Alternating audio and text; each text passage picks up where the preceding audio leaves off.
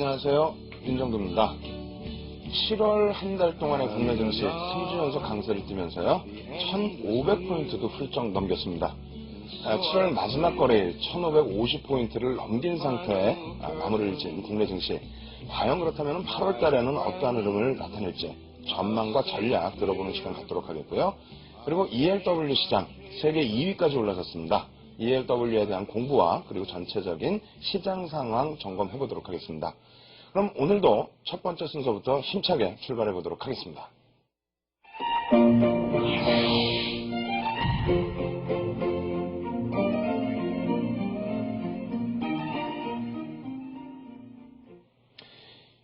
첫 번째 순서는 ELW 전반적인 시장 상황에 대해서 알아보는 순서입니다.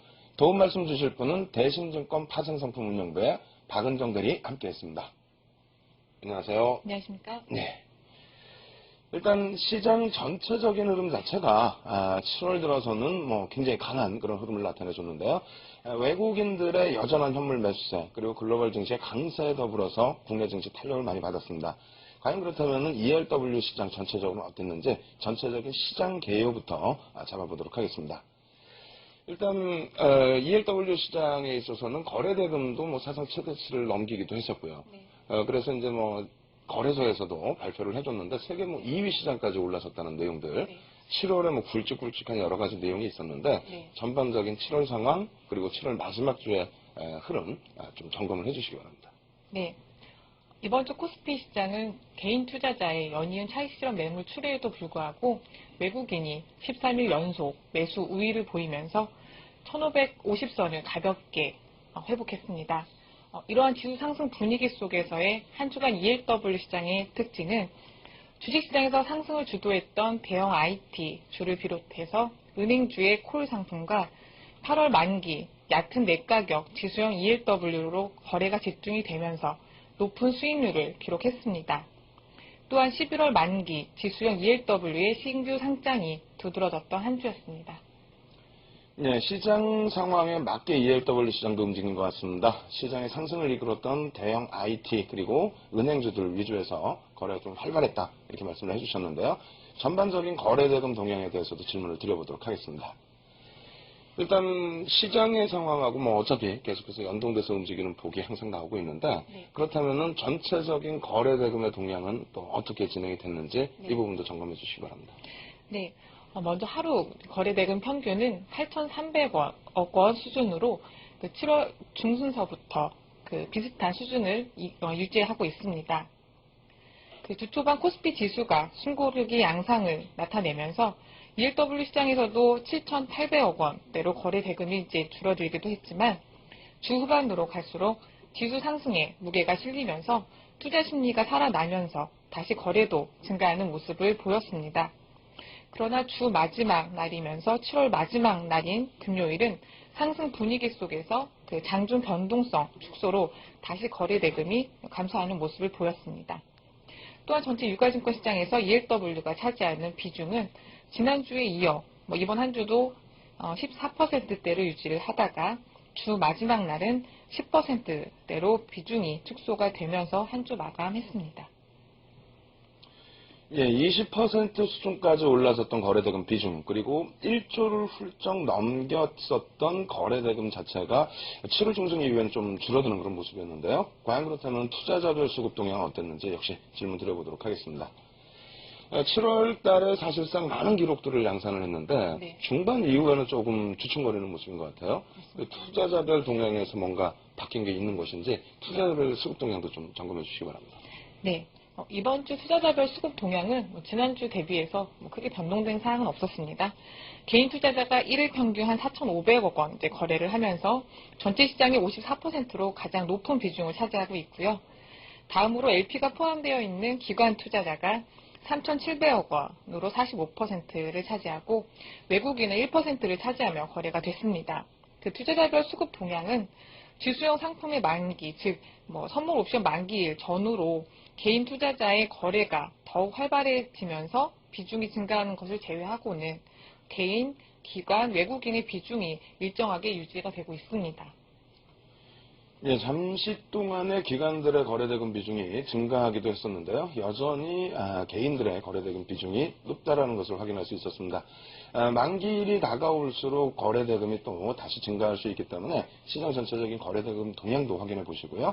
그리고 가장 중요한 부분 중에 하나죠. 일단 투자 전체적인 시장, 발행 시장의 흐름, 이 부분에 있어서 한번 점검을 해보도록 하겠습니다.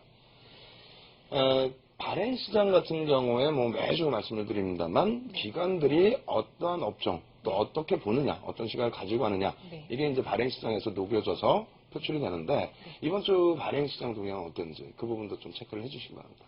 네. 지난주 다소 주춤했던 그 발행 시장은 이번 주는 다시 활기를 띈 한 주였습니다. 시티증권을 비롯해서 9개의 국내 증권사가 한 주간 새로운 상품을 이제 선보였는데요.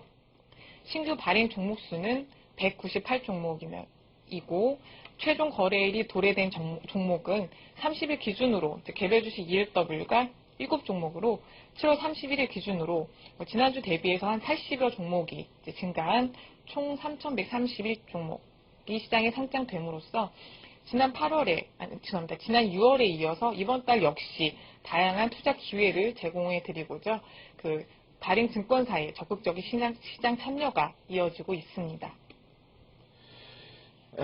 발행사가 증가하게 됨으로써 상품의 질도 높아졌고요. 그리고 전체적으로 여러 가지 종목의 ELW가 또 발행되고 있기 때문에 시장 참여자 분들의 선택 기준도 좀 많이 넓어졌다, 이렇게 말씀을 드릴 수 있을 것 같습니다. 그렇다면 뭐 앞서 말씀드린 것처럼 신규 발행 시장, 그러니까 발행 시장의 신규 종목군들 어떤 특징이 있는지 이 부분도 한번 점검을 해보도록 하겠습니다.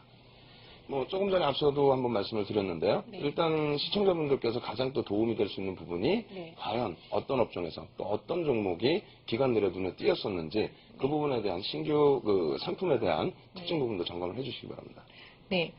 지난주는 개별 주식 종목 위주로의 좀 상장이 증가를 했는데요. 다시 이번 주는 지수형 상품의 상장이 활발했던 한 주였습니다.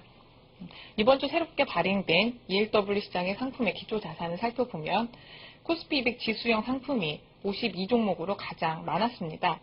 그 상장된 종목 대부분이 지수형 상품 중에서도 상대적으로 그 종목 수가 적었던 그 11월 만기형 상품으로 다양한 행사 가격과 전환 비율로 상장됐습니다. 다음으로 개별 주식 ELW에서는요. 기아차, 우리금융, LG디스플레이, 삼성전자, 그리고 신한지주 순으로 상장수가 많았습니다.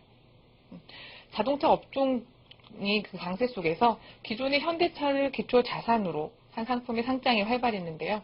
이번 주는 기아차를 기초 자산으로 한 상품의 상장수가 10종목으로 가장 많았습니다. 다음으로 삼성전자와 LG디스플레이는 시장에서 거래가 가장 많이 되다 보니 매주 신규 상장이 계속 이어지고 있고요. 지난주에 이어서 우리금융과 신한지주 상품도 많은 종목이 상장됐습니다. 은행 부분의 경비 절감과 그리고 비은행 부분에서 즉 증권과 카드 등을 비롯해서 크게 이익이 개선되면서 그 3분기 실적이 2분기보다 훨씬 개선될 거라는 전망이 이어지면서 강세를 보이고 있는 은행 업종 중에서 그 중에서도 대형 은행주의 신규 발행은 좀 당분간 이어질 것이라고 생각이 됩니다. 예, 발행 시장의 특징 전체적으로 확인을 해봤고요. 마지막으로 이제 여러분들께서 또 흥미를 가지실 수 있는 부분, 한 주 동안에 어떠한 ELW 상품이 가장 높은 수익을 냈는지 이 부분도 한번 점검을 해보도록 하겠습니다. 일단 발행 시장 전체에서 네. 상승률이 어차피 또 높은 그러한 ELW 상품에 대해서도 네. 호기심이 굉장히 많아지거든요. 네. 근데 이번 주에는 과연 이제 어떠한 종목 또 어떠한 업종에서 수익률이 높게 형성이 됐는지 그 부분도 좀 점검을 해주시기 바랍니다. 네. 이번 한 주간의 상승률 상위 종목을 살펴보면 지수형 상품들이 대다수를 차지했습니다. 상위 5개 종목을 살펴보면 모두 지수형 상품으로 물론 콜 상품으로 모두 만기가 8월이면서 일주일 동안의 LP의 유동성 공급이 원활히 이루어진 상품으로 행사 가격이 195에서 205, 그러니까 즉 얕은 매가격과 얕은 외가격의 상품입니다. 그렇다 보니 기초자산 움직임에 가장 민감하게 가격이 반응하는 행사가로 레버리지 수준도 모두 좀 다소 높은 종목이었습니다. 먼저 행사 가격이 200이면서 전환 비율이 100인 코스피 200 지수형 콜 상품이 한 주간 2,300만 주의 많은 거래량을 기록을 하면서 주간 수익률 156%를 기록을 하면서 가장 높은 수익률을 기록을 했습니다. 다음으로 이번 한 주간 어떤 기초 자산의 ELW 거래가 집중되었는지 살펴보면요. 먼저 그 주 후반으로 갈수록 지수형 상품의 비중이 증가를 했습니다. 특히 이번 한 주도 그 지수 상승의 무게가 실리면서 콜 비중이 60%로 풋 상품에 비해서 월등히 좀 많았습니다. 그래서 풋과의 괴리가 좀 커지는 모습을 이어가고 있었는데요. 주 마지막 날은 상승 분위기가 더욱 강화되면서 그 풋의 비중이 크게 감소하기도 했습니다. 지난 6월 중순까지만 해도 콜과 풋의 비율이 거의 비슷한 수준으로 거래가 된 모습과는 확연히 좀 달라진 모습입니다.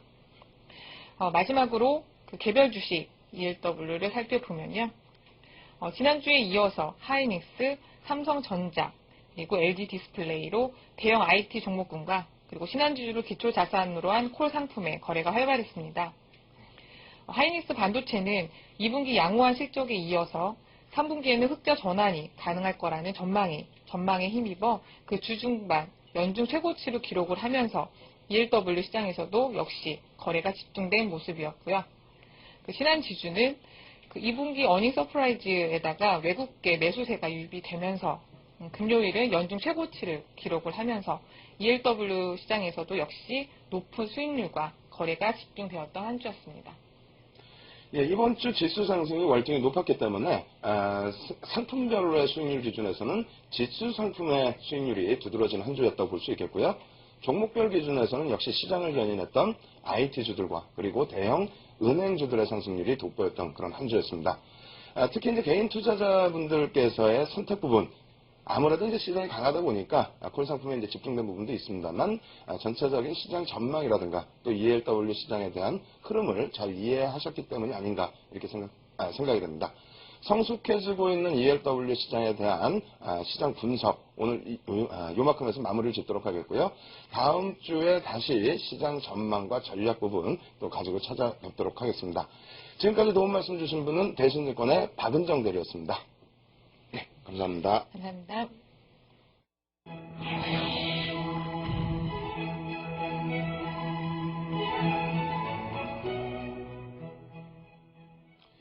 이번 순서는 ELW에 관련된 시청자 여러분들의 궁금사항을 속 시원하게 풀어드리는 시간입니다. 참여하시는 방법에 대해서 설명드릴 텐데요. 저희 프로그램 게시판과 그리고 ELW 전문 홈페이지의 게시판을 통해서 참여하실 수 있겠습니다. 화면을 통해서 참여하시는 방법 보다 쉽게 설명드리도록 하겠습니다. ELW에 대해 좀 더 자세히 알고 싶으세요? 와우넷의 ELW 전문 홈페이지로 오세요.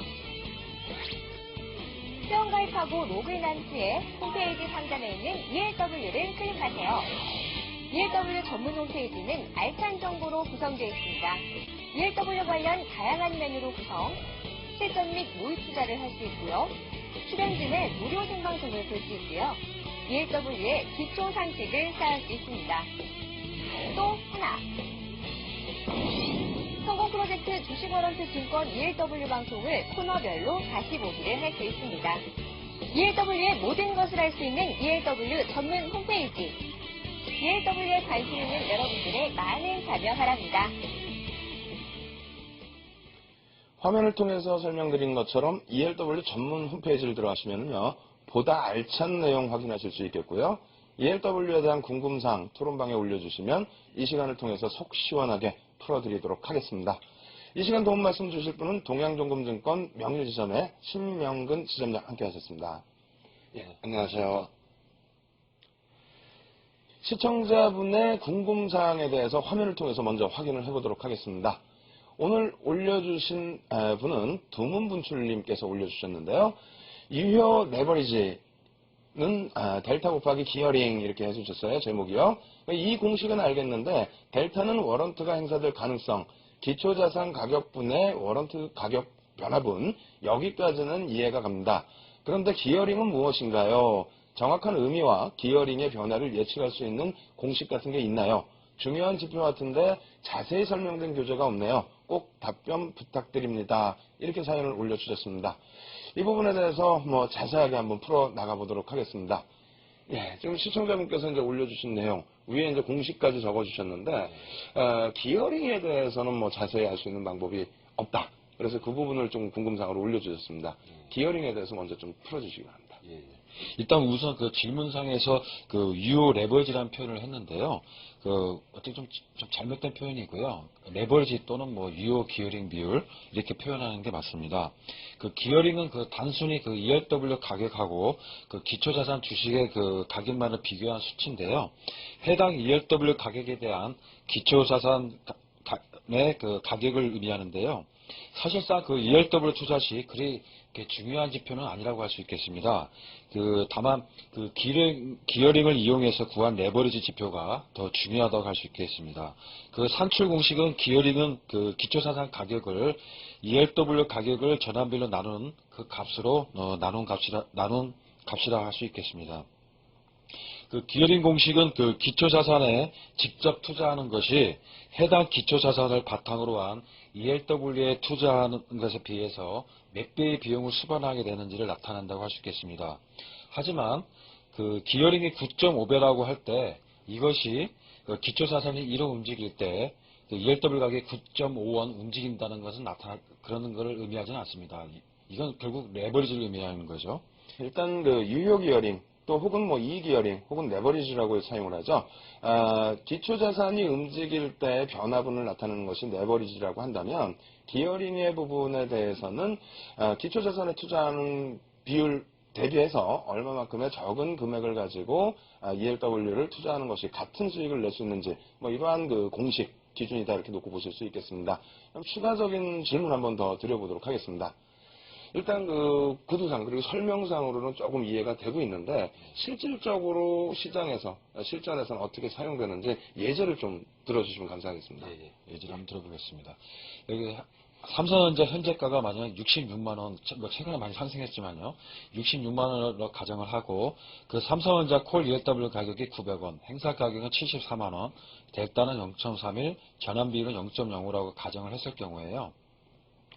여기서 그 기어링 비율은 그 아까 공식대로 구하게 되면 하면은 36.6이 나오게 되는 거죠.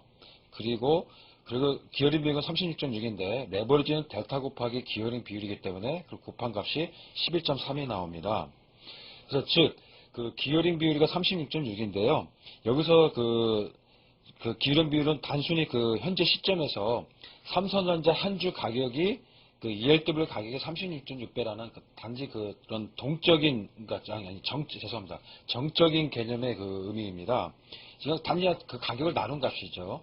물론 여기서 ERW는 지금 그 삼성전자 한 주인데 아까 전환비율이 0.05였으니까 ERW 20주에 해당하는 거겠죠. 그래서 이런 단순히 나눈 값을 의미하기 때문에 좀 단순한 수치를 할 수 있겠습니다. 그리고 레버리지는 아까 말씀드린 11.3이었는데 이 레버리지는 삼성전자 주식이 1% 변동할 때 그 ERW 가격이 11.3% 변동한다는 것을 의미한다고 할 수 있겠습니다. 결국에는 이제 그 레버리지는 기어링 비율에 비해서는 동적인 개념으로서 민감도를 나타내는 그 유용한 지표라고 할 수 있겠습니다. 기어링과 이기어링, 유효 기어링의 차이 부분을 다시 한번 뚜렷하게 들어봤습니다. 일단 레버리지 효과에 대해서는 많은 분들이 자세히 알고 계실 텐데요. 기어링 부분에 대해서 활용도 부분은 잘 모르실 수 있기 때문에 이 부분에 대한 질문도 다시 한번 드려보도록 하겠습니다. 일단 뭐 시장 참여자분들은 대부분의 분들이 레버리지 효과를 보고 많이 접근을 하시는데요. 기어링이 뭐 그렇게 중요한 지표가 아니다 할지라도 뭐 또 굉장히 유용하게 쓰일 수 있는 지표라고 생각이 되는데 어떤 범위에서 활용할 수 있는지 활용 범위도 좀 설명 부탁드리겠습니다. 알겠습니다. 그 일반적으로 그 깊은 외가격의 그 행사 가격을 갖고 있는 ERW 경우에는 그 낮은 ERW 가격 때문에 그 기어링 비율이 높아지게 됩니다. 아까 그 기어링 비율 공식에서 분모에서 그 ERW 가격이 있기 때문에 ERW 가격이 낮으면 분모가 작아지기 때문에 이 기어링 비율은 높아지겠죠. 그런데 어떤 때 보면은 그 기어링 비율이 뭐 몇백 배, 어떤 거는 뭐 2000배까지도 나오는 종목들이 있습니다. 이렇게 아주 높은 그 기어링의 ERW 종목을 좀 유의를 해야 되는데요. 이런 종목들은 대부분 그 만기가 얼마 남지 않은 그런 깊은 외곽의 경우가 대부분입니다. 그래서 한 가지 예를 들면서 차를 보면서 한번 설명을 드리겠습니다. 여기서 보면은 그 잔존일수가 지금 17일 남아 있고요. 현재 가격은 70원. 행사 가격은 210 지수고요. 그 다음에 유효 기어링 비율, 레버리지가 39.95, 델타는 0.14, 기어링은 283.59. 상당히 높게 표시가 되어 있죠. 여기서 보면은 그 행사 가격이 그 210, 198에서 210이 되려면 한 12포인트 정도가 더 올라야 되는데요. 다만 잔존일수가 17밖에 안 남아 있다는 거죠. 그래서 그 아주 짧은 이 17일 안에 지수가 급등을 하지 않는다면 그러니까 급등을 해야만이 이 레버리지 1% 변동할 때 근 40%씩 올라가기 때문에 그 대박이 나겠죠. 이럴 경우에는 급등할 경우는. 다만 그럴 가능성은 매우 적다고 할 수 있겠습니다. 따라서 그 만기에 이 ELW 종목에 투자한 사람의 경우에는 전액 손실 볼 위험이 그만큼 크다고 할 수 있겠죠. 즉 기어링 비율 283.59는 사실상 크게 의미가 없다고 할 수 있겠습니다. 다만 그 지수의 경우에는 잔존일수 30일만이 되어도 그 LP의 유동성 공급이 되기 때문에 최종 거래일 전까지 보유하지 않고 매우 그 큰 레버리지 효과에 대한 그 기회와 위험을 그 누리고 싶은 투자자라면 뭐 단기 매매는 하루에 단기 매매는 가능하겠죠. 다만 그만큼 위험 노출도도 크다고 할 수 있겠습니다. 따라서 일반 투자가들은 이런 종목은 좀 삼가는 것이 좋을 것 같습니다. 네, 기어링에 대해서 설명을 해주셨는데요. 다시 한번 요약을 해드린다면 기어링 수치가 큰 상품일수록 수익률이 높아질 수도 있겠습니다만 그만큼의 리스크, 위험 부담도 굉장히 크기 때문에 ELW 투자하시는 분들의 기준에서 성향에 따라서 차이는 있겠더라도 아무래도 기어링 비율이 조금 낮은 상품 쪽에 선호도를 가지고 가시는 것이 좋다. 이렇게 말씀을 해주셨습니다. 이렇게 해서 첫 번째 질문 기어링에 대해서 자세히 알아봤고요. 두 번째 질문 역시 화면을 통해서 알아보도록 하겠습니다. 두 번째 질문은 김수성님께서 올려주신 내용인데요. 제목은 델타의 특성에 대해서 자세히 설명해 주세요. 이렇게 해주셨습니다.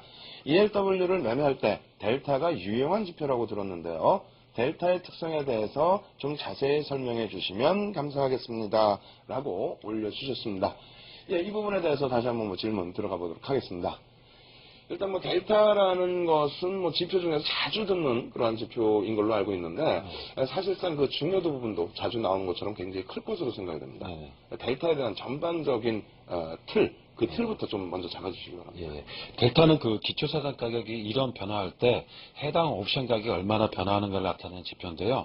그 ELW 시장에서의 그 델타는 기초사상 가격이 한 단위 변화할 때 그 해당 ELW 그 가격이 변화하는 비율을 의미한다고 할 수 있겠습니다. 즉, 그 기초자산 가격 변화에 대한 ELW의 가격 변화율인데요. 그 공식은 ELW의 가격 변화는 그 델타, 이제 ELW 델타 경우는 전환 비율이 있기 때문에요. 그 델타의 전환 비율을 곱하게 됩니다. 그래서 ELW 델타 곱하기 기초자산 가격의 변화를 하게 되면 기초자산 가격 변화에 따른 ELW의 가격 변화량을 알 수가 있습니다. 그리고 그 다른 조건들이 다 비슷하다면 델타가 큰 종목일수록 기초자산 움직임에 따라서 좀 더 탄력적으로 ELW 가격이 변화한다고 할 수 있겠습니다. 예, 델타 가격의 중요성은 많은 분들이 아실 겁니다. 좀 더 이제 깊은 내용들은 역시 ELW 전문 홈페이지에서도 또 확인을 해보셔야 되겠는데요. 오늘 시간에서 이제 설명해 주신 내용은 일단 델타 가격 자체는 기초자산의 가격이 변동됐을 때 옵션 가격의 변동폭이 어느 정도 나오느냐, 그리고 델타 가격이 높을수록 옵션 가격의 민감도 역시도 확대된다. 이러한 내용으로 전체적인 포괄적인 답변을 일단 먼저 주셨습니다. 이 부분에 대해서도 뭐 자세하게 더 들어보도록 하겠습니다. 일단 그 델타의 포괄적인 개념은 전체적으로 말씀을 해주셔서 이해가 되는데요. 세부적으로 어떻게 또 활용할 수 있고 또 실전에서는 또 어떻게 나타나는지 그 부분도 또 예를 들어서 좀 설명 부탁드리겠습니다. 그 델타의 특성에 대해서 한번 말씀을 드리겠는데요. 그 콜의 델타 값은 0에서 1, 풋의 델타 값은 마이너스 1에서 0의 범위 내에서 수치로 표현이 되게 됩니다. 두 번째 특성은 그 델타 값은 그리고 그 등가격일 때 델타 값은 0.5이고요. 콜의 경우에 그 깊은 내각일수록 1에 가까워지고 풋의 경우에는 또 깊은 내각일수록 마이너스 1에 가까워집니다. 그 깊은 내가격 ELW는 전환 비율을 1을 가정했을 경우에 그 기초자산 가격이 1원 움직일 때 ELW 가격이 1원 움직인다는 걸 의미하는데요. 이는 깊은 내가격일수록 옵션으로서의 그 성격은 사라지고 기초자산인 주식에 투자했을 때와 거의 동일한 효과를 나타낸다고 할 수 있겠습니다. 반면에 그 깊은 외곽일수록 델타가스는 0에 가까워지는데요. 즉, 그 ELW 가격이 기초자산의 가격 변화에 덜 민감해지는 것을 의미합니다. 그 외가격 종목의 경우에는 ELW 가격이 싸기 때문에 큰 레버리지 효과를 갖지만 그 기초자산 움직임에 대한 민감도가 작음으로써 그 기초자산의 움직임이 매우 클 것으로 예상될 때만 유용하다고 할 수 있겠습니다. 셋째, 그 델타의 세 번째 특성은요, 델타는 고정된 값이 아니고 특정한 순간의 값을 구한 것이기 때문에 항상 변화하게 되는데요. 그 기초자산 가격의 변화, 그리고 변동성의 변화, 그리고 잔존기간 등의 그 가격 결정 변수가 변화할 때 그 값도 시시각각 변하게 됩니다. 네 번째 특성은요, 그 델타는 ELW가 내가격이 되는 통계적 확률로서 만기에 해당 ELW 종목이 행사될 가능성이라고 할 수도 있는데요. 델타가 예를 들어서 0.5라면 ELW가 내가격이 될 확률이 50%, 즉 현재 시점에서 만기에 ELW가 행사될 가능성이 50% 정도 된다고 이렇게 할 수 있겠습니다. 예, 델타 굉장히 중요한 지표라고 알고 있었는데 여러 가지 내용을 포함하고 있는, 내재하고 있는 그러한 지표인지는 잘 모르셨으리라 생각이 됩니다. 오늘 네 가지 특성으로 아주 자세히 설명드렸기 때문에 이 부분 만약에 잘 못 들으셨다 하시면은요, ELW 전문 홈페이지에서 녹화 방송 보실 수 있겠고요. 그리고 방송 항상 더 청취하시면서 좋은 내용 기준으로 공부 많이 하시기를 권해드립니다. 예, 오늘 두 가지 질문 이렇게 해서 시원하게 답을 다 들어봤고요. 다음 주에도 또 다른 질문에 대해서 시원하게 풀어드리는 시간 갖도록 하겠습니다. 지금까지 도움 말씀 주신 분은 동양증권증권 신명근 시점장이었습니다. 예, 감사합니다.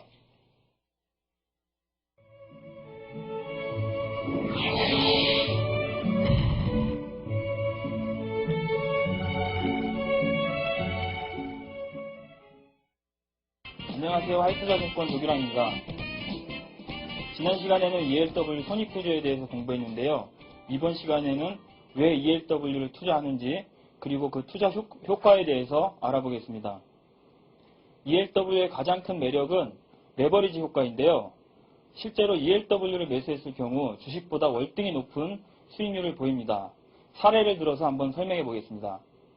ELW 투자자가 시장에서 레버리지가 3배짜리 포스코 콜 ELW를 매수했다고 가정한다면 포스코 주식이 5% 오를 경우에 레버리지를 곱하면 되죠. 곱하기 3 하게 되면 15% ELW는 상승하게 됩니다. 그리고 포스코 주식이 10% 올라갈 경우에는 곱하기 3 하면 30% 상승하게 되죠. ELW가. 반대로 하락할 경우에는 5% 하락할 경우에는 반대로 15% 손실이 발생하고요. 이론상 레버리지는 이런 의미인데요. 실전에서는 꼭 이렇게 되지 않습니다. 왜냐하면 레버리지가 고정되어 있는 것이 아니고 기초자산의 움직임, 변동성, 그리고 시간 가치에 의해서 지속적으로 레버리지는 변합니다. 그렇지만 ELW 가격은 일반적으로 주가보다 큰 변동성을 가지고 있기 때문에 많은 수익의 기회를 제공하게 되어 있습니다. ELW의 두 번째 매력은 ELW를 이용해서 다양한 자산 관리를 할 수 있는 것인데요. 먼저 ELW를 이용한 현금화 전략이 있습니다. 적은 금액으로 ELW를 매수함으로써 주식 매수와 동일한 효과를 볼 수가 있습니다. 예를 들어서 현금이 필요한데 주식 매수 포지션을 유지하고 싶다면 레버리지를 이용해서 콜 ELW를 매수하면 됩니다. 이 전략을 활용한다면 투자자는 주식에 묶인 자금을 매도하여 같은 규모의 주식 포지션을 유지할 수가 있고 확보된 현금으로 다른 자산에 투자한다거나 이 자금을 유용하게 사용할 수 있겠습니다. 주식 포지션에 대한 ELW 매수 계약수를 계산해 보면 ELW 델타를 이용하는데요. 칠판 한번 보겠습니다. ELW 매수 계약수 곱하기 델타 곱하기 전환 비율이 바로 보유 주식수가 되는데요.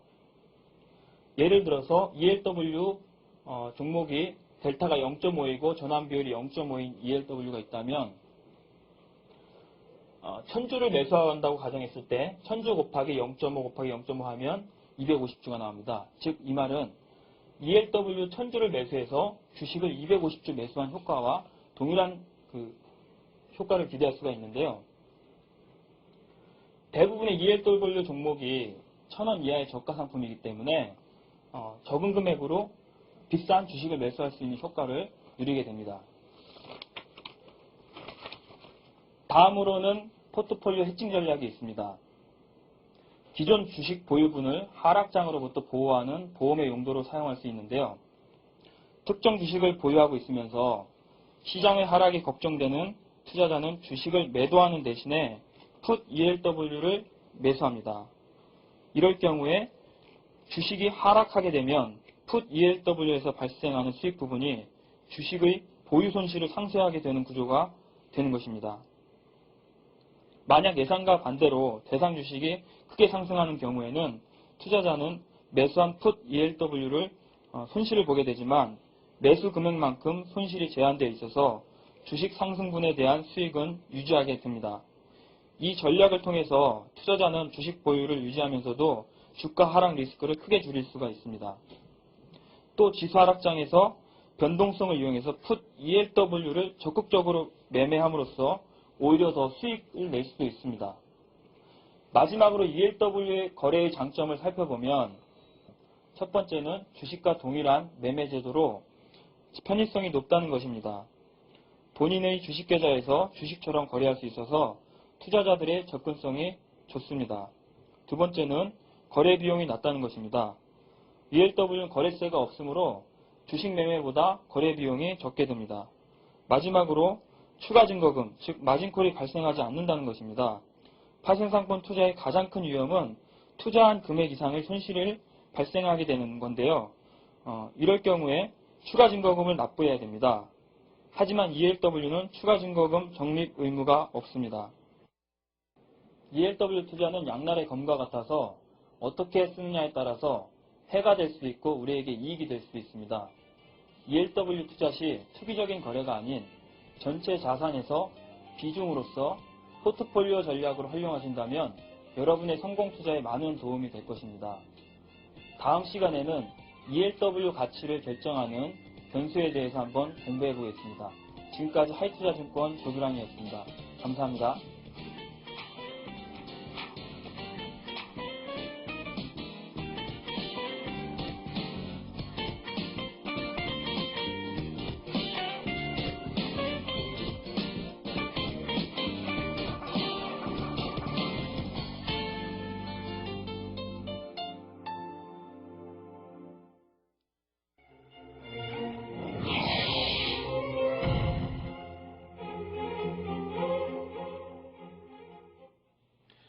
마지막으로 8월 증시와 다음 주 증시 또 어떻게 전개될 것인지 전망과 전략 들어보는 시간 갖도록 하겠습니다.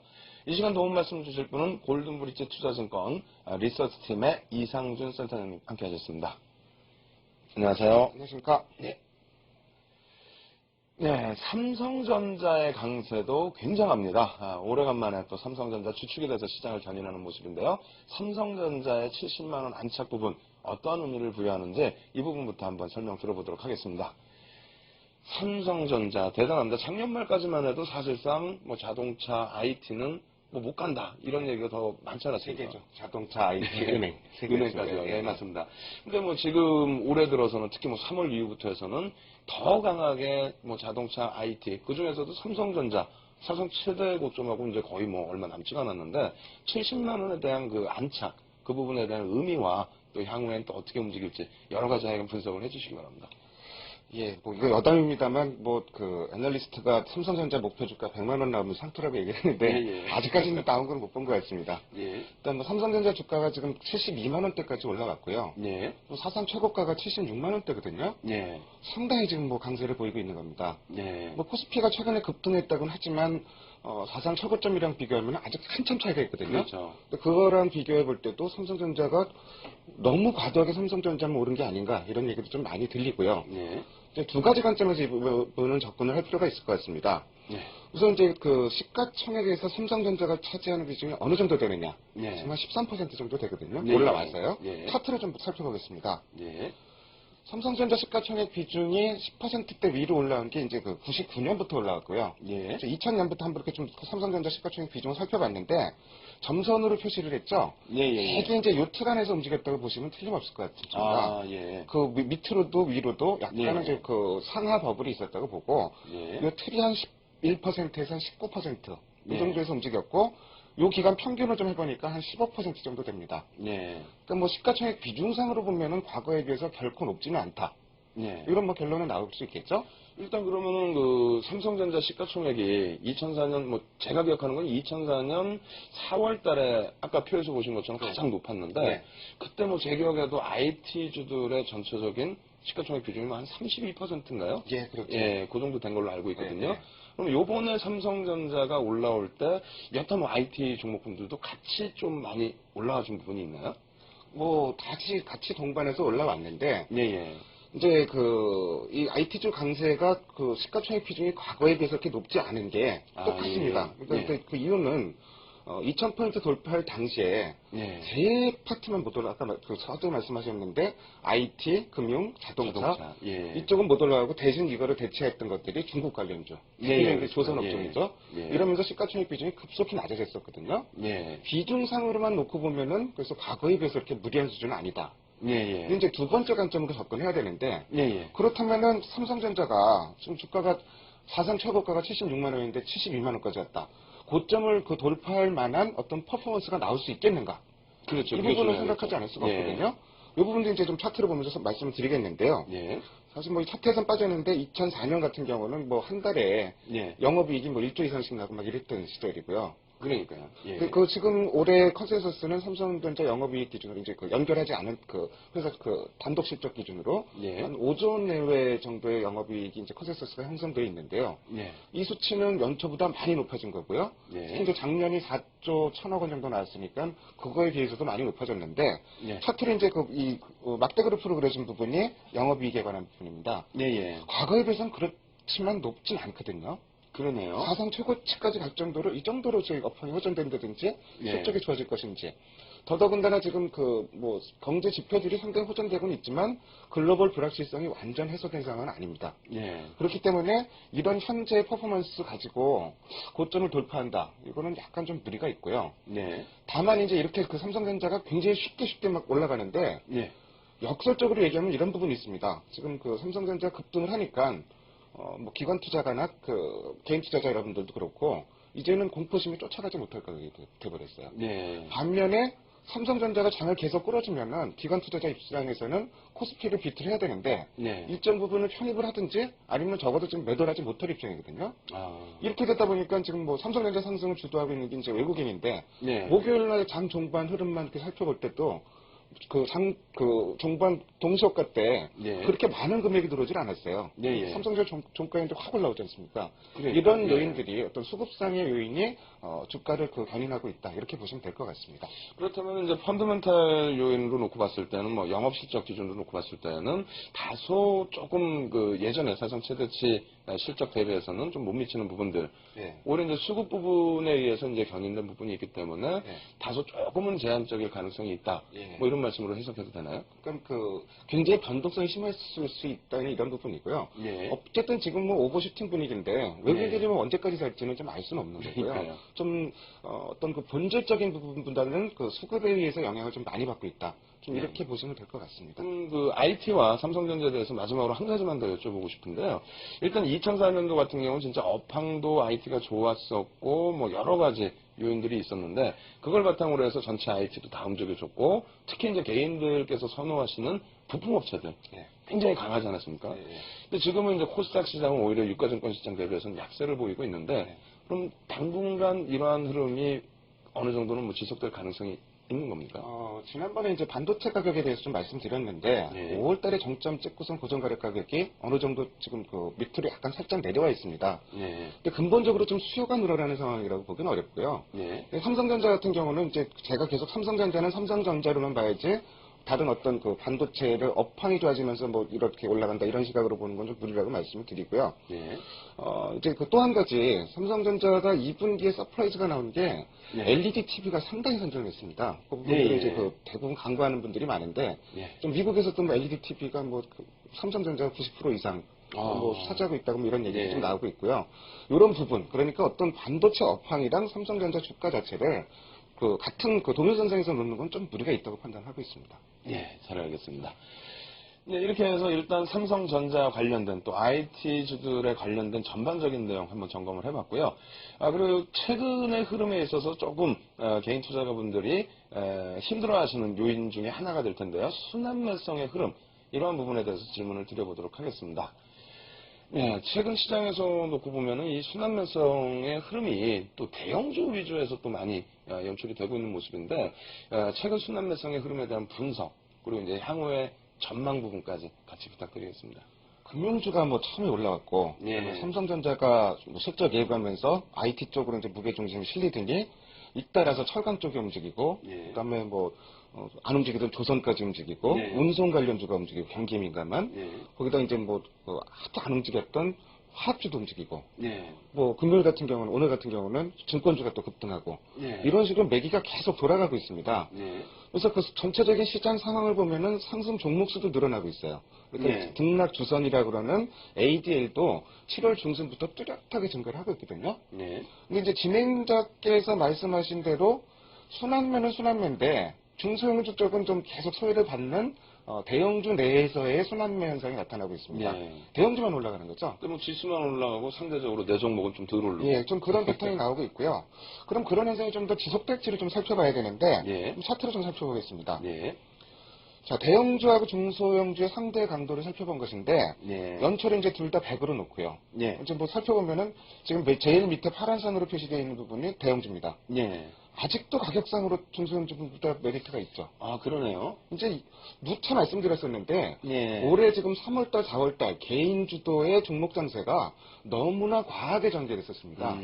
이런 데 대한 반작용적 성격도 있다고 볼 수가 있겠고요. 예. 어쨌든 요 차트 자체만 놓고 보면은 아직도 대형주 중심으로 장세가 전개될 여지가 아직도 남아있다.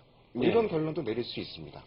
일단 뭐 그거를 또 역설적으로 다소 긍정적으로 해석을 한다면 대형주가 상대적으로 뭐 소형주가 꺾여서 내려오는 것이 아니고 대형주가 올라가게 되면은 지수는 또 어차피 또 지수가 또 이제 올라가는 예, 올라가는 예, 그런 예, 효과를 또 기대해 볼 수 있겠네요. 예. 근데 이제 가장 큰 문제는 앞서 설명해 주신 것처럼 일단 대형주와 중소형주의 이 괴리, 그러니까 최근 들어서 이제 괴리죠. 대형주는 올라가는데 중소형주는 못 올라가고. 그래서 개인 투자가분들이 상대적으로 좀 소외받는 흐름들이 많이 나오고 있는데 이 부분이 뭐 계속해서 지속이 될지 그리고 또 이제 이런 그 전망치 부분은 또 어떻게 갖고 계시는지 그 부분도 또 분석 부탁드리겠습니다. 일단은 뭐 개인 투자자들은 너무 손해를 많이 보는 그 상황이죠. 예. 오히려 지금 7월장에서 개인 투자자분들께서 손해본 종목들 많이 들고 계세요. 아, 그렇습니까? 목요일 같은 장에도 시장이 급등했는데, 예. 뭐 신용 이용하시는 분이 담보 부족이 나왔다는 얘기도 들리고, 아, 그러니까 오히려 시장 흐름이랑 상당히 좀 거꾸로 가는 부분이 있습니다. 예. 그래서 이 부분 한번 좀 차트를 보면서 설명을 드리겠는데, 예. 7월 중에 외국인과 국내 기관, 개인, 각각 이제 그 주체별로 예. 신무수 상위 10종목들, 를 이제 그 평균 등락률을 좀 살펴봤어요. 예. 그러니까 왼쪽이 이제 상위 5종목이고, 오른쪽이 예. 그 상위 10종목이고, 외국인들이 제일 높고, 예. 국내 기관도 상위 5종목이나 상위 10종목이나 전부 20%가 넘습니다. 그러네요. 근데 개인 투자자들이 산 종목들은 마이너스를 기록하고 있죠. 전체 시장의 평균이죠? 산 종목들 평균. 예, 신매수 종목들 평균. 예. 그러니까 뭐 주로 어떤 종목 샀냐면은 여기 이제 제가 직접 갖고 나오진 않았는데 예. 외국인들은 뭐 잘 아시다시피 삼성전자, LG전자, 하이닉스 뭐 이런 종목들 많이 샀고 국대형주 금융주 사고 예. 그다음에 국내 기관들도 뭐 금융주, 뭐 예. 하이닉스 최근에는 이제 현대차 같은 종목도 많이 사고요. 예. 그러니까 뭐 개인 투자자들은 산 종목들이 NC소프트, 예. SK에너지, 7월 그 중에서 오히려 대형주면서도 약세를 보였던 종목들 예. 이런 종목들을 갖고 있는데요. 자, 근데 수급 상황을 살펴보면은 예. 지금 예탁금이 슬금슬금 올라와서 지금 15조 원대 육박했습니다. 예. 7월 들어서만 2조 원이 늘어났는데요. 예. 근데 7월 중에 개인 투자자들이 4조 원 주식을 매도했어요. 오. 그러니까 돈이 들어온 걸로 보이지만 실제로 실질적으로는 개인들은 돈을 예. 이 소외당하다 보니까 자신감이 약해지니까 돈이 이제 나간 겁니다. 네, 예. 근데 이 돈들이 다시 들어올 수 있겠느냐? 네. 지수가 지금 1550인데 여기서 다시 뭐 들어올 수 있겠느냐? 이거는 좀 상당히 쉽지는 않다고 보여집니다. 네. 그래서 다른 차트 하나 좀 살펴볼 텐데, 네. 전체 거래에서 차지하는 개인 투자자의 비중을 좀 살펴봤는데요. 네. 요 막대 그래프로 나타낸 부분은 이제 월별 일평균 거래 대금을 나타낸 것이고, 네. 선으로 나타낸 게 이제 그 주체별 거래 비중인데, 네. 제일 위에 노란 선이 이제 그 개인 투자자입니다. 네, 예. 개인 투자자 비중이 그 4월을 정점으로 해서 계속 내려가고 있죠. 예, 7월에도 그래요. 여전히 내려오고 있습니다. 예, 예. 그래서 그 돈도 빠져나가고 개인 네. 투자자들의 장세 지배력이 굉장히 약화된 겁니다. 네. 그 반면에 전체 거래에서 차지하는 외국인들의 비중은 여기는 워낙 그 수치 자체가 크지 않기 때문에 네. 변동이 크지 않은 걸로 나오는데 4월부터 꾸준히 일어나고 있어요. 4월 그 저점으로 해갖고요. 그 어떤 이런 그 수급상의 지배력 이런 것들을 감안하면은 예. 여전히 앞으로도 외국인들이 장세를 지배할 가능성이 높고 네. 그 개인 투자자들의 소외 현상도 안타깝지만 조금 더 지속되지 않겠느냐 이런 좀 생각을 하고 있습니다. 네. 일단 정리된 내용은 3월 이후에 5월 달까지 해서는 이제 개인들의 화려한 또 종목 장세가 있었습니다만 지금 기준에서는 이제 지수를 한 단계 더 레벨업 시키게 되면서 외국인들과 특히 또 기관들이 선호하는 극대형주 위주의 움직임이 있기 때문에 이런 모든 것을 감안했을 때는 당분간은 개인 선호주들이 조금 고전을 면치 못할 것 같다라는 내용을 말씀해 주셨습니다. 시청하시는 분들은 오히려 이제 전략 부분을 다소 또 수정해야 될 시점이 아닌가 이렇게 좀 말씀을 드리겠고요. 그리고 경제 지표 관련해서도 한번 질문을 드려보도록 하겠습니다. 6월 달에 산업활동 동향에 대한 그 관련된 지표들이 많이 나온 걸로 알고 있는데요. 그 부분을 또 어떻게 해석을 해야 될지 쉽게 좀 해석을 풀어주시기 바랍니다. 그 31일 금요일 날 이제 그 통계청의 6월 산업활동 동향 자료가 발표됐는데요. 네. 제가 그 6월 지표까지는 그리고 7월 지표까지도 좋을 것이다 이렇게 말씀드렸는데 네. 역시 예상대로 상당히 좋게 나왔습니다. 네. 생산이라든지 소비라든지 또 이제 그 투자라든지 네. 전월 대비로는 전부 플러스를 기록했고요. 특히 이제 생산 같은 경우는 전년 동월비도 감소폭이 굉장히 줄어들었고 네. 소비 관련해서는 전년 동월에서 지금 플러스를 나타냈습니다. 전년 동월 대비요? 예, YOY 대비해서 플러스를 나타냈는데 네. 이유는 아시죠? 제가 여러분 말씀 6월달에 자동차 관련해서 그렇고. 자동차로 구매할 때 네. 저희 그 세제 지원을 해줬기 때문에 네, 예. 일시적인 좀 그런 효과가 좀 있었습니다. 네. 어쨌든 그런 부분을 감안해도 상당히 좋은 부분이라고 할 수 있겠고 네. 경기 종합지수도 여전히 좋습니다. 네. 경기 동행지수 순환 변동치도 좋고 네. 경기 선행지수 전년 동월비가 네. 지금 6달 연속 플러스를 기록하고 있거든요. 대단하네요. 상당히 좀 긍정적인 신호를 보이고 있습니다. 네. 근데 제가 누차 계속 말씀드리는 부분이 네. 수요가 늘어날 것인지 이 부분을 계속 말씀드리겠습니다. 그렇죠. 그러니까 재고 순환과 관련된 부분인데 이 부분도 차트를 보면서 말씀을 드리겠습니다. 네. 제가 이 차트는 다음 달 7월 달 산업활동 동향 나왔을 때도 다시 한번 어떻게 변하고 있는지를 계속 추적해서 보여드릴 예정입니다. 네, 예. 이제 그 기간은 2008년 1월부터 네. 2009년 6월까지 이렇게 움직였다고 보시면 될게요. 시계 반대 방향으로 움직인 거죠. 네, 예. 이게 특성이 항상 이렇게 움직입니다. 네. 근데 이제 요 가운데 사선을 기준으로 봤을 때 왼쪽으로 가면은 둔화를 보고 오른쪽으로 가면은 회복 국면으로 봅니다. 네, 예. 근데 지금 분명히 오른쪽으로 넘어왔죠? 네, 예, 그러네요. 근데 5월달 상황이 네. 그 좌하향이에요. 네, 예. 좌하향은 뭐냐면은 출하도 줄어들면서 재고도 같이 줄어드는. 네. 근데 재고가 더 빠르게 줄어드는. 예. 밑으로 꺾였다는 얘기는. 예. 이런 얘기를 보여주고 있고요. 지금은 우하향이 돼버렸죠. 네, 예. 이거는 출하는 늘어나는데 정확히는 출하가 늘어난 게 아니라 지금 이게 플러스가 아니니까 예, 예. 감소 폭이 이제 줄어들었는데 예. 반면에 이 재고는 밑으로 내려왔다는 얘기는 재고 감소는 더 빠르게 이루어졌다. 네. 재고 조정이라는 얘기죠, 그러니까. 네. 이게 이제 본격적으로 올라가려면은 옆으로 이렇게 움직이든지 예. 아니면은 우상향으로 가야 됩니다. 네. 우상향으로 가기 위해서는 어떻게 되죠? 예. 출하가 늘어나고 동시에 이제 재고도 같이 늘어나야 되는 상황으로 예. 가야 되는 겁니다. 그러기 위해서는 생산을 늘린다는 얘기인데요. 네. 생산을 늘리려면 수요가 뒷받침 되죠. 그렇죠. 그래서 계속 이 부분은 확인을 해야 될 부분이다. 만약에 이쪽에서 긍정적인 신호가 본격적으로 잡힌다 그러면은 그거는 정말로 경기가 좋아진다 이렇게 봐도 무방할 것 같은데 네. 저는 아직까지는 확인은 되지 않은 상황으로 보고 있습니다. 그러니까 항상 말씀해 주신 것처럼 경제 지표를 조금 더 확인을 해야 된다. 예. 이런 말씀으로 받아들이겠습니다. 예. 일단 지표 부분, 앞서 이제 설명해 주신 내용은 어찌됐건 표면상으로 나오는 지표들, 굉장히 긍정적인 지표들이 많습니다. 근데 지금 지수대 감안했을 때는 월등하게 지금의 지표를 더 우리가 내동적으로 이제 볼 상황이 아닌 조금 더 확인하면서 접근을 해도 절대 시장에 늦지 않겠다. 이런 말씀으로 이제 해석을 해보도록 하겠습니다. 마지막으로 시청자분들께서 가장 궁금해하시는 부분이죠. 8월 달에 대한 전망, 그리고 8월 첫째 주에 대한 전망, 그리고 전략 부분 듣는 시간 갖도록 하겠습니다. 지난주, 그리고 2주 전부터 해서 제가 한번 뒤져봤습니다. 오늘 또 증권주들이 장난이 아니었는데, 2주 전에 저점 대비해서 증권 업종의 상승률이 10% 이상 올라왔더라고요. 네. 그래서 지난 2주 전부터 증권 업종 좋다 해서서 시청하신 분들도 또 수익을 많이 내셨을 것 같은데, 그렇다면 8월에 어떻게 시장을 보고 계시는지, 그리고 또 어떤 업종에 대해서 우리가 좀 관심을 가져야 될지 전망과 전략 부탁드리겠습니다. 그래서 결론적으로 말씀드리면은 증권업종도 이제는 좀 많이 올라왔습니다. 지금 올라가는 업종 추격 매수에서는 실익이 없는 장이에요. 순환매가 나타나는 장이니까요. 저는 이제 8월 장을 크게 이제 두 가지로 좀 표현을 하고 싶습니다. 첫 번째는 오버슈팅. 그리고 두 번째는 스트레스 높은 상승 장세로 표현을 하고 싶습니다. 지금 외국인들이 워낙 주도하니까 사실 여기서 시장이 급락할 개연성 별로 낮아 보입니다. 근데도 지금 종목을 선택하는 데는 굉장한 스트레스를 수반할 수밖에 없습니다. 그래서 이제 우리 증시가 굉장히 탄력적으로 많이 올라왔는데, 그 탄력적으로 많이 올라온 데에는 글로벌 증시가 이제 동반 강세를 보였던 데도 원인이 있겠고요. 그래서 일단은 월 초에는 지표를 확인하고 넘어가야 됩니다. 두 가지 중요한 지표가 발표되는데요. 우선 월요일 날 ISM 제조업 지수가 발표됩니다. 미국에서요. 제가 이제 이상하게 미국의 경제 지표들이 다 좋은데 설문 지표들이, 서베이 지표들이 나빠지기 시작한다. 그래서 미시건대나 컨퍼런스 보드의 소비자 신뢰 지수가 지금 꺾였고, 필라델피아 제조업 지수도 꺾였고, 여기서 ISM 제조업 지수가 다시 꺾인다 그러면은 이게 상당히 두뇌들의 신호로 봐야 되고요. 근데 만약에 다시 올라간다 그러면은 그렇지 않구나 이렇게 판단하셔도 될 것 같습니다. 저도 이제 이거는 보고 나서 판단을 해야 될 것 같고요. 두 번째는 이제 문제가 되는 고용 지표가 금요일 날 발표됩니다.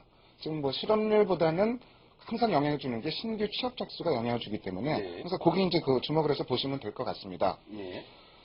아까 이제 말씀드렸듯이 지금 시세 흐름은 철저하게 대형주 위주의 순환매 흐름이다. 그렇기 때문에 어느 한 업종이 올라가는데 거기에 추격 매수를 하면은 좀 실익이 없어지는 장입니다. 오히려 일정 부분 상승한 이후에 크게 빠지지 않고 횡보하고 있는 업종이나 상대적으로 못 오른 업종, 이런 종목을, 이런 업종들을 찾아가면서 그것도 대형주 위주로 매매를 해야 될 시기로 보고 있습니다. 시장 상황에 대해서는 중요한 지표부터 먼저 확인을 하자. 첫 번째로는 이제 매월 첫 거래일 날 나오는 ISM 제조업 지수에 대한 확인. 그리고 두 번째로는 이제 고용 지표죠. 그 중에서 이제 취업자 수에 대한 확인을 꼭 해 나가자 이렇게 말씀해 주셨고요. 그리고 이제 업종과 종목에 대해서는 2주 전에는 시원하게 말씀을 해주셨습니다만 이번 주에는 한 발짝 다소 물러서신 것 같습니다. 어쨌든 대형주 위주에서의 순환매성 흐름에 잘 편승해보자 이렇게 말씀을 해주셨습니다. 다음 주에도 여러분들 건승하시고요. 8월 달에도 역시 건승하시기 바랍니다. 지금까지 도움 말씀 주신 분은 골든브리지 투자증권의 이상준 센터장이었습니다. 감사합니다. 이렇게 해서 오늘도 준비한 내용 다 보내드렸습니다. 내용 부분에 있어서 보다 알찬 내용들을 준비하기 위해서 저희도 많이 노력을 하겠습니다. 여러분들께서도 시장에 대해서 시장이 좋다고 해서 무작정적인 움직임을 가지고 가시기보다는 보다 계획적이고 그리고 또 공부를 조금 더 해나가시면서 접근하시는 시청자분들 되시기 바라겠습니다. 저는 다음 주에 다시 또 찾아뵙도록 하겠습니다. 감사합니다. chance to shine.